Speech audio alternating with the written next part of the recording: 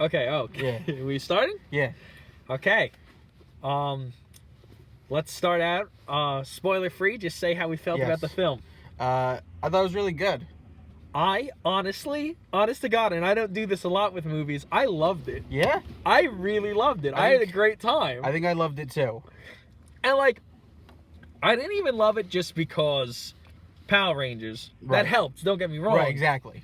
But like, you look at the other, like, movies based off of kids stuff, and like, it's just like point A to point B action, and then sometimes there's a character here or there. This is very much about the Power Rangers. Yeah, this was very much an adaptation and not just here's a movie with stuff that you know. Yeah, like, what I'm happy with is it wasn't just, hey guys, we got our powers, we're gonna morph, and we're gonna kick putties for like an hour and a half, and there's a moral about friendship at the end. This was like, I got to learn and like each of these characters. Yeah, these were characters that had distinct personalities. Mm-hmm. They weren't one-dimensional, which I don't think saying that is a spoiler. Yeah. It wasn't just like, oh, Billy is only the nerd. Yeah. He's a nerd, yes, but he's more. Yeah, it wasn't just like, and Kimberly's the girl on the team, and Trini's her friend. Asian girl. Well, she wasn't Asian, she was like Hispanic or something. I think they were going for Indian. Like Native American or like Indian. Like from India. Like okay, from India, like the real Indian. Yeah. Okay. I think because her father looked a little Indian. I mean, she just looked like ambiguously not white, which is fine because I don't give a shit about that kind of stuff. She was hella fine. But regardless of my attractedness to the ladies, I think it's a really fun time. It's not Citizen Kane. You're not gonna go in and like it's gonna change your life. Nope. But it's a lot of fun characters that you'll enjoy seeing. It's very well paced. The special effects are pretty good, and when the juice starts flowing, Kraft gets your noodle going. I mean, you have a great time. So, I think the important question: do you have to be a Power Rangers fan to enjoy the movie? No, I don't think you do. Okay. In fact, like, here's the thing. My mother, she knows Power Rangers because, you know, I watch Power Rangers and stuff. But she don't know nothing about Power Rangers. Right. If I brought my mother to see this movie, she would have a great time, you know? Okay. Because it's, at its core, it's a teen drama where they also have superpowers. That's what the original show was. I mean, the original show was Saved by the Bell plus Super Sentai. Yeah, pretty much. This was more Breakfast Club plus Super Sentai. I was gonna say Iron Man, but not even that. Like, it was. It's just. I think Spider-Man is more. Yeah. Kind of Spider-Man and Iron Man mixed together a little bit. Yeah, I was gonna say Max Steel, but no one saw that movie, and apparently everyone hated it. I saw it. It was a film. I just know it was an animated thing or a comic or something. I don't know. It was several things. We're not here talking about Max Steel. We're here talking about Power Rangers. Yeah. Okay. Now let's get into some spoiler territory. Right. So, you know, kids, if you don't want the spoilers, you can skip this part. If you already seen the movie, let's rock and roll. Let's do it. Let's rock. Or if you don't care about spoilers. Yeah, that too. Yeah, Brian's an asshole like that. Okay. As I said, I really like this movie a lot. But the first scene of the movie was horrible. Yeah. It was so... Okay. I kind of... Jason, for some odd reason, had a friend who jerked off a cow. Yeah. And I'm going to give you no context for that other than that they violently describe that he used two hands to make a cow come. And family picture. You know, for the kids in the audience. Kids, yeah. Kid says, Mommy, I just watched that Ninja Steel. I want to go see Power Rangers. And it's just like, oh, Jimmy, no. He's like, well, what do they mean they milked the cow, Mom? How do you get milk from a boy cow? What do you mean one big udder that took two hands? And then that kid never shows up again. No, he's inconsequential. Like, they could have called them Bulk and Skull. That's all they needed to do, and that would have made the scene fine. That would have made the scene perfect. Because you know what? Vulcan Skull probably would end up jerking off a cow. But here's what I'm saying. You could just cut that scene and just been like, hey, Jason, why were you such an asshole and you got yourself under house arrest? Boom, I don't really care how he did it because it wasn't really important. The cow didn't show up again. None of those characters did. How great would it have been, though? Oh, my God. If at the end of the movie... Yeah, Rita Repulsa's like, I'm going to destroy the... It's like, oh, thanks, cow. And he's like, thanks for that handy. Oh man. No, I mean. So that I like the concept of the. I like the hand job. No. The execution that wasn't. No, I wanted to no. see. I like the concept of them showing why Jason was put in that detention thing. Well, it was very much Jason's movie. Yes. And like, here's a problem that I had with it. It was Jason's movie, and then it was. But we also got to develop Kimberly and Billy. And then Trini and Zach were also there. Yeah. Yeah. So like after they joined the Breakfast Club, and Jason's like, "Hey, dude, stop being mean to Billy," and Billy's like, "I'm autistic," which I actually really liked that. Yeah. Because not just like, yay, progressive, but because like early Power Rangers, Billy would be like, "Oh, the quantum mass of this blah blah blah blah," and they'd be like, "What?" Billy and Trini would go, "Oh, he wants a milkshake." And it'd be like, oh, okay. So, like, I thought that was kind of charming. It's like, yeah, you know what? Billy probably was on the spectrum. Probably. And he was just so charming. He was fantastic. Billy's the best part of the movie, people. Yeah, I think Billy's the best part of the movie. Like, if you go to that movie, Billy gonna be like, yo, dog, catchphrase. And you're like, Billy, you're beautiful. Oh, no. Let me tell you, the thing that really gets kids' butts in the seats, Die Hard references.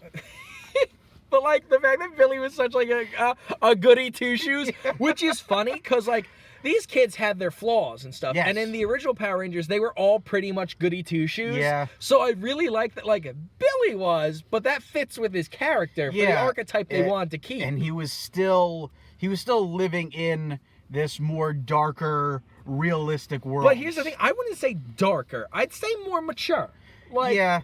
And not mature as in the way where they make cusses all the time, which there was a surprising amount of swearing. A little bit, yeah. But, like, it's not like at the beginning when you saw, like, Zordon, like, in here. Oh, spoiler, Zordon's the Red Ranger.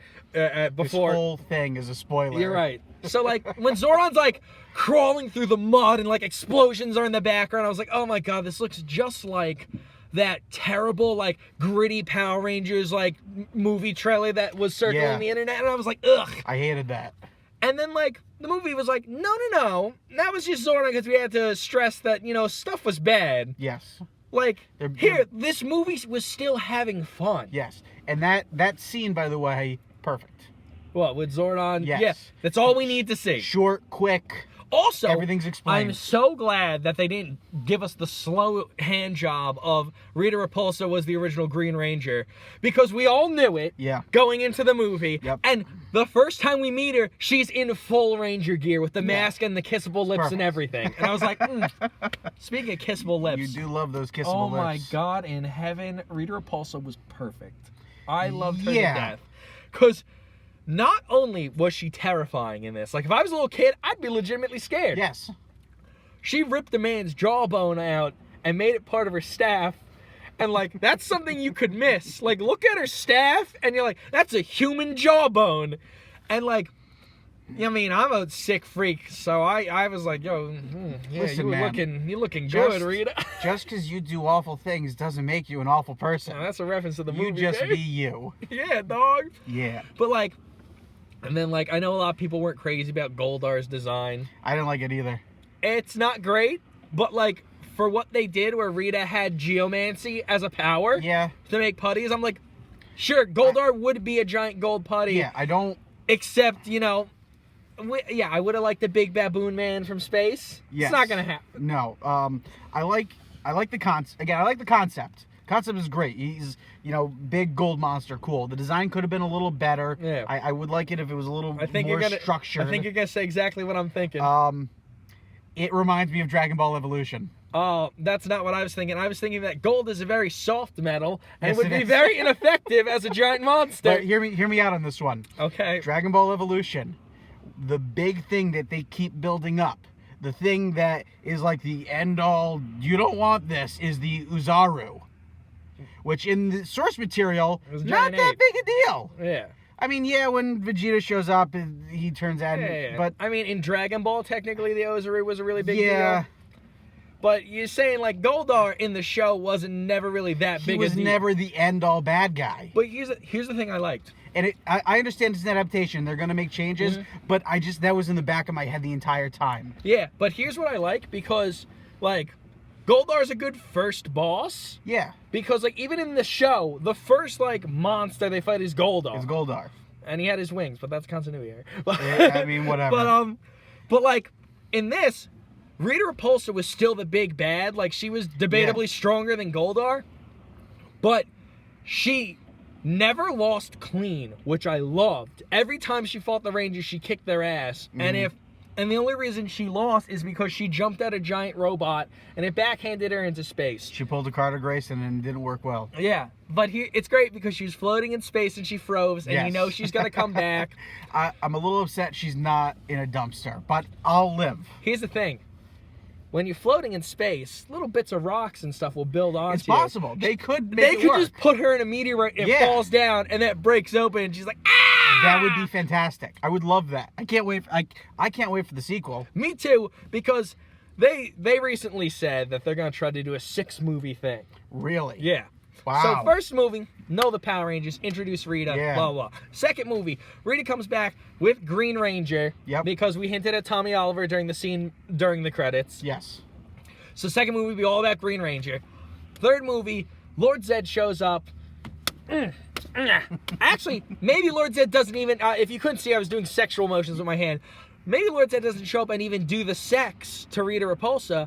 Maybe he throws her in space, and then movie 4, Rita's like, hey, what if we teamed up? Boom. And then, I don't know, movie 5, we could fucking have Lord Vile show up. And then, you know what? Just to fuck with everyone, movie 6, Machine Empire. Yeah. I love Zeo Crystal. Oh my god, like when they said Zeo Crystal, I was like, ah! Perfect. Yeah. Perfect. There were a lot of little winks and nods. Yes. Like, you captured, you caught the... They mentioned Mariner Bay and Reefside, which are the towns from Wild Force and Dino Thunder. Yeah. Yeah. And then, of course, there were more obvious ones, like when Rita was building Goldar, she said, make my monster grow.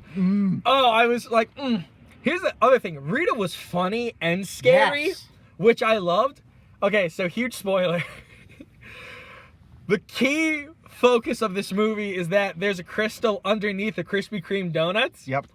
So constantly, throughout the movie, Rita's like, where is the Krispy Kreme?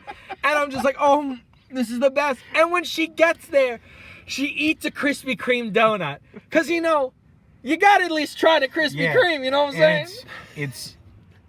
There's two good ways to do product placements.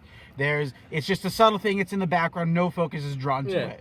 The other good way, in my opinion, is to embrace it fully. Yeah, like, here, I'm going to give an example of what doesn't work. Actually, an example of what works, doesn't work, and then how this was amazing. Yes. Okay, what works? Superman 2. Superman gets thrown by General Zod into a Coke sign. Like, it's just a giant sign that says Coca-Cola, and we're like, we know who paid for this movie. It was Pepsi. A bad example of this is in Superman Man of Steel. Yep. When Superman gets thrown into an IHOP for no reason, and then they continuously fight in an IHOP, and then we keep seeing IHOP, and no one acknowledges IHOP. I'm like, you guys, if you just if General Zod was like, hey guys, we shall set up our things on this monument of IHOP, like, I'd be like, that's funny. This was like, listen, we know Krispy Kreme paid up the ass for this, so fuck it. Krispy Kreme's gonna be the central focus of this film. Like, Zed hears people talking about how great pancakes are. So he's like, yes, pancakes. And then he finds out this is the International House of Pancakes. So the Power Rangers think that their pancakes are strong. So this is clearly the obvious place to attack first. This is, in his mind, he's attacking the United Nations. Oh my god. When he hits the IHOP. He's like, I heard Rita lost because of Krispy Kreme donuts, so my plan is to destroy Dunkin' Donuts. Because there's more Dunkin' Donuts than Krispy Kreme, so they must be a stronger force. Oh man. Oh boy. So then, like, they had like a nice Breakfast Club moment. Surprisingly, we're getting back to the plot. So when they were all sitting around the campfire and they were like, hey guys, we're gonna cram some character development into this session. I'm like, it's all right. I liked how Trini was gay and like no one gave a shit. Yeah. Like, she's just I'm gay and my family doesn't like it. And it's just like, oh. And Billy was the one that reached out and said, hey, that's cool. And tried to give her the fist bump. Yeah. Which is fantastic. Because David Yost was gay, or is gay. Yeah, dude, he never stopped being gay. Stopped being gay. But that's fantastic. The only thing I would have done is I mean, I don't know. Maybe actually have Billy be the one gay. See, I was just going to comment on that. I'm glad they didn't make Billy gay, because like in the new Star Trek movies, they made Sulu gay because George Takei is gay. Okay. That's like, okay, yippee, you did that because the actor's gay and it's very progressive. Yeah. But like in this, it was just like, listen, we're not sailing on those coattails. We're just trying to like give these characters stuff and like, yeah, she's gay, dude. And like, and I like that Billy, because he's autistic and truly doesn't understand. He's just like, dude, who gives a shit? Let's just hang out. Cool, yeah. Like, Zach was kind of like, oh man, maybe that's why she wasn't responding to my advances. I'm like, no, Zach, it's actually because you're the worst character. But worst character is still a pretty good character. Yeah, I was like, he's still a good character. Like, he's like, oh, my mom, she's got bad disease. There was some, non-descriptive fatal disease. Yeah, but she was Japanese, and she's like, yo, Super Sentai's hype as shit. He reminded me a lot of, Adam? No, well, a little bit. When he was wearing, like, a black vest and a white shirt, I'm I'm like, was this originally Adam? And then you're like, nah, we might as well just, nah. No, he reminded me a lot of Blue Ranger from, the one we're watching now. Overdrive? Overdrive. Yeah. A little bit. I mean, if he gives Rita Repulsa a scroll that opens up into him pointing at her. Oh, man. Yeah. Let's get more onto the visual designs of the film. So, how'd you feel about the suits? They're okay. Yeah, like everyone was like, they're too RoboCop-y or Iron Man. And I'm like, guess what? Those are Western designs that look great. Yeah. So of course that's what we're gonna do to this thing that we stole and made Western. And it would be weird. It'd be weird if they went with like the spandex of the old stuff. Or if they didn't try to like modernize it by making it armor. Like if it was like too sleek, like then they'd look like ScarJo in the Ghost in the Shell movie. Yeah. And then that'd be really uncomfortable and weird. Or even worse, Green Lantern. Get away! Get out of here! Yeah, I can't think of a better way to do it. Yeah, like that's. And I liked the weird like cosmic thing that they had instead of white diamonds. Yeah, like it was cool. I wish they had been in the suits more. Yeah, like, you mentioned before the pacing was good. It wasn't just nonstop them in the suits fighting putties, but it could have used a little more of them in the suits fighting putties, because Power Rangers was originally, and again, I understand it's an adaptation. And it was martial arts. It was people in suits fighting other people in suits. Yeah, I would have even liked maybe they fight like a small group of putties without the suits. Yeah. But we had the holodeck training, and that's kind of what we got. And here's the thing. When you're doing like a show and you get like 25 minutes an episode to do all this stuff, you can afford to have a formulaic thing, but you have to cram a lot into like, what was it, 2 hours? Something like that. Yeah, and you got to get all this character development in. You have to make us care about all these people. You have to explain the universe and how it works. Yep. And you have to establish the villain, where it comes, and all this stuff. And it's like, you know what? I don't need them to kick putties for an extra 15 minutes if it means that I'm not going to get like Teenage Mutant Ninja Turtles by Michael Bay level of cowabunga, dude. See, we said the catchphrase. Now Michelangelo's going to talk about fucking humans. 5 minutes, though.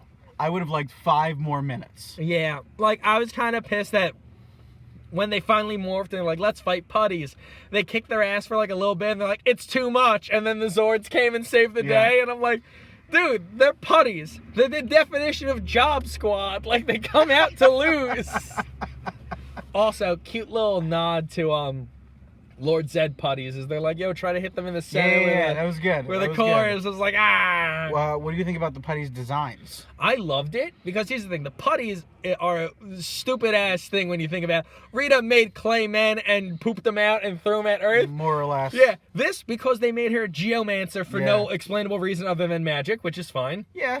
I thought it was really cool. She's like, hey, guys, since you have super strength and stuff, I'm going to make these guys out concrete. And they had, like, signs and, like, steel inside them and stuff. And, like, they look creepy. And I'm like, that's cool. Yeah. That's cool. Now, they're gonna look dated in like 6 months. In fact, I think Goldar looked dated now. Yeah. But like in terms of CGI, but you know what can you do? We'll crank it up for the next one. Yeah, where I imagine Goldar won't be a thing. Well, I don't know. Like, Goldar might be a thing. Like, considering he's just something that she could just bring back. Yeah, And I guess who that's knows? true. Also, who knows? Maybe she'll make a small Goldar and he'll have an ape-like face. And he'll be like, oh, no one liked my design. Oh, Lord Zed, I love you. And then, like, oh, also another thing, just cute little thing, is that, like, Goldar had sentience. Mm-hmm. Like, so, like, Rita was like, oh, my buddy, my friend. And I was Yeah. like, I liked that, because it's like, yeah, dude, it's your bro. It's Goldar. What I think would be really cool is if Rita just had like a small piece of Goldar left, and she made that into the Green Ranger Dragon Shield. That's what I was thinking. That would be fucking awesome. That's what I was thinking, because she has the gold, and I was gonna say, and when she was Green Ranger, she didn't have the Dragon Shield. That would so be I'm like, fucking tight. She's totally gonna like make her own Zord, and then be like, you control it with this cool ass thing. Like we use the remnants of Goldar and stuff. Like I was thinking the same exact thing. That would also, be so fucking the awesome. H.R. Geiger Zords, as I call them, because they look like something from fucking Alien. A little bit. They were pretty cool. They looked a lot better moving than like the weird, like we just got to see like a square inch of them in like posters and stuff. Like when you got to see them as a whole, they were pretty good. Tyrannosaurus and Pterodactyl, I think, were really cool. Yeah. Pterodactyl did work. Yeah, I was saying Clearly the most useful Zord. I love that, because Pterodactyl was always kind of like, oh, Pterodactyl, Yeah. you just wait till we turn You're into the chess Megazord. piece, I guess. Yeah, and like, but in this one, they're like, no, Pterodactyl's literally the most useful. Fucking awesome, and I fucking love it. Yeah. Also, I love how they're like, they were all based off of the mighty dinosaurs, because they were alive and stuff. It's like, okay, question, when did mastodons have 6 fucking legs? I feel like that could have been a line they added in after the fact, because people were complaining. Yeah. No, and that's definitely why they added that joke where he stepped on the yellow Camaro. I was like, I'm sorry, Bumblebee, because people are like, oh, they look like the Michael Bay Transformers. And I'm just like, no, this is... Yes. No, I could tell what these are.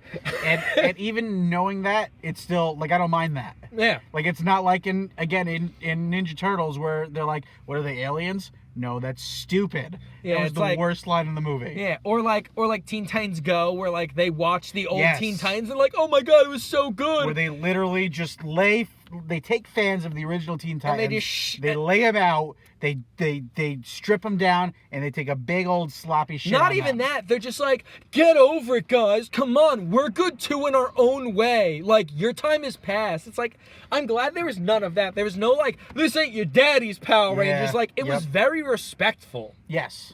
Like, and also the thing that I love is outside of the movie and stuff, the kids playing the Rangers love this shit. Like, they're so happy to be a part of this. They all seem like really good kids. Yes. And like, they're really excited to like continue this franchise. I'm like, yeah, dude, because like, I'm gonna be honest, like early Power Rangers things, like there were people who didn't really care too much about like the earlier series. But like even, and like, or you get people like in Power Rangers Samurai who just fucking suck and don't know how to act and were only there because they were, I guess, moderately attractive and could do martial arts.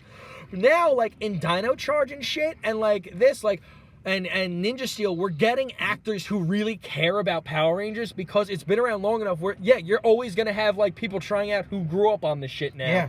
So it's cool to get actors who care because like it shows in their craft. And like, they were good. They were really good. The only time I thought was when Jason was trying to be all like, I'm the leader. I'm the leader, and Billy died. Billy died, by the way. Oh yeah, Billy died, except I was like, they haven't even morphed yet, Billy's fine! We've seen the trailers where he's piloting his Zord. Also, Zordon was like, hey guys, so you can use the morph grid to revive someone. And they're like, that's cool, Zordon. I sure hope we never have to use that. He's like, yeah, me too, dog. And Bye, then we're gonna go get Krispy Kreme. and then Billy died, and they're like, oh no. And What are we gonna do? They're like, all we have left is Chekhov's gun over here. What are we gonna do with that? It's not like we have a thing that can bring people back to life. Also, how did Zordon choose to make Billy come back to life? Like, Zordon was in the ship that was connected to the morphing grid. That's how he could have come back to life. Yeah. Billy was just a corpse in the room. And Zordon's like, no, dude, Billy's fine, though. I didn't really like how mean Zordon was. Yeah, me either. Like, he was like, you fucking idiots suck. I hate you. Bring me back to life so I can do it. I'm like, Zordon, please. I'm hoping in the next movie he'll soften a Oh, little no, bit. I can definitely see the tenderness of Zordon. He's going to start being daddy. Yeah. He's going to start being daddy Zordon. Yep. Now, what I need is the next movie for Bryan Cranston to run a juice bar. Or a health club. And then they're like, hey, you remind us a lot of Zordon. He was like, do I? The name's Ernie. And then he just winks at the camera. Oh. And then Bulk and Skull spill ice cream on each other. And they go, probably the biggest disappointment no of Bulk the and movie. Skull. No Not Bulk a and Skull. single Bulk and/or Skull. No. There was one guy that kind of looked like he could be Skull, but they never directly say you're Skull. I saw that kid. I was like, hey, you Skull? And then there was a bully in the movie, and I was like, you're not fat enough to be Bulk, and you ain't skinny enough to be Skull. Get him out of here. I think they said his name, and it wasn't. Yeah, it was like O. Henry or something. Yeah. And I was like, good, because if they said like Skullovich, I was gonna be like, fuck you. That's not my Skull. That's not my Bulk. Nope. Like, I'm fine with you making Trini ambiguously raced and gay, whatever. But you don't fuck with Bulk and Skull. They got to be a fat guy and a skinny guy. The names don't work otherwise. Which is weird when you think about it, because I don't think they get those names from their attributes. Their last names are Bulkowitz and Volkovich Bulkmeyer and Skullovich. Yeah, Bulkmeyer and Skullovich. Which they just probably gave themselves the nicknames. Probably. Because they wanted to be cool. You can't do that. You can't do that. Yep, nope. No. You can't just start calling yourself the Enforcer.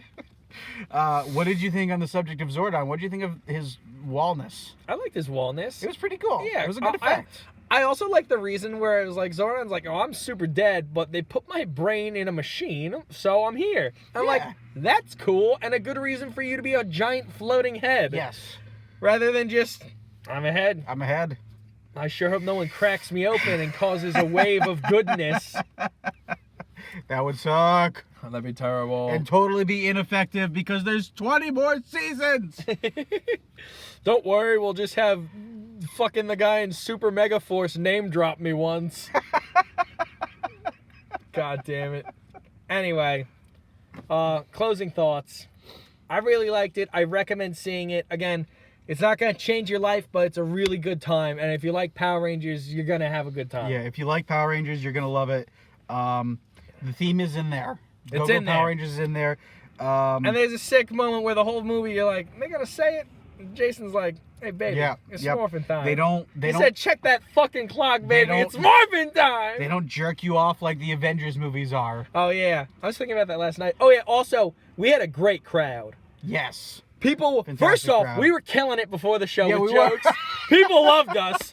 Second off, like, people were clapping at moments. People were cheering. And, like the place went nuts. They were popping for the moments you're supposed to pop. I haven't had an audience this good since when I saw Godzilla 2014 at midnight. And it was just me and a bunch of Godzilla fans. I think I've had a couple of those recently with the Dragon Ball movies, but...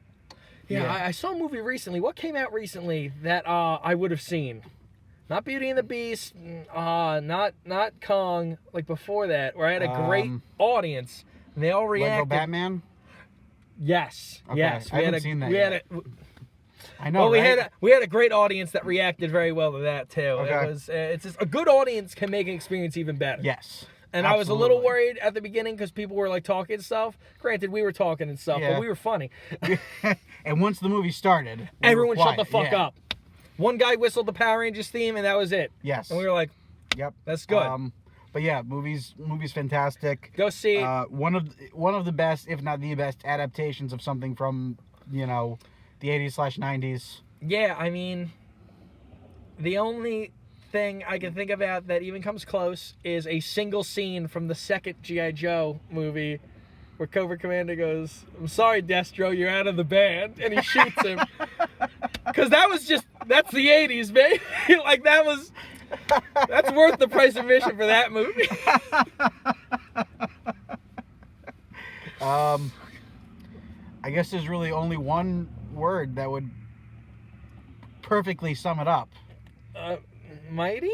More phenomenal. Oh, hell yeah! Yeah! Good night, everybody.